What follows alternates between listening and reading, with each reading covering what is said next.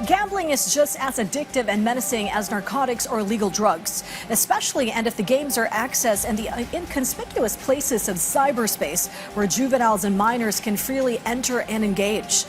Thus, the president has set his sights fixed on the gambling menace raging online, as our Kenneth Paciente reports.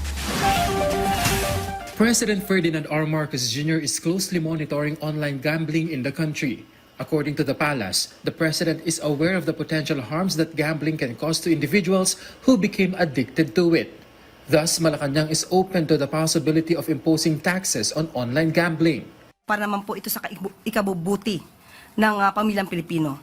Abatid po ng Pangulo na maaari mangyari sa mga gumon sa sugal at hindi niya naman po tututulan basta po mayroon pong sapat na pag-aaral para po ang tungkol sa buwis na ipapataw man.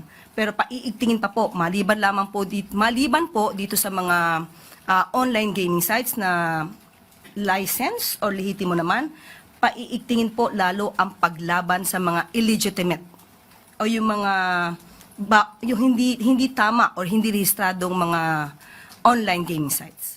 It can be recalled that Finance Secretary Ralph Recto said the agency is studying the imposition of taxes on digital gambling platforms to control public access to online gambling. Several bills have also been filed to regulate or possibly ban online gaming in the country, which the president is said to be reviewing. Gusto natin limitahan ang itong klaseng mga pagsusugal at mabawasan ang mga gumon sa sugal. At ito po ay para sa taong bayan at ang lahat ng pwedeng suggestion at maaaring batas para ito ay masawata, hindi naman po yan tututulan ng ating Pangulo. In line with this, the Bangko Sentral ng Pilipinas or BSP is expected to issue a circular aimed at protecting users of digital platforms from the dangers of online gambling. As of now, the BSP has distributed the draft of the said circular and is currently consulting stakeholders for their feedback and suggestions. Under the proposal, BSP-supervised institutions or BSIS, such as banks and electronic money issuers, would be required to implement stricter measures to protect users of their digital platforms from online gambling.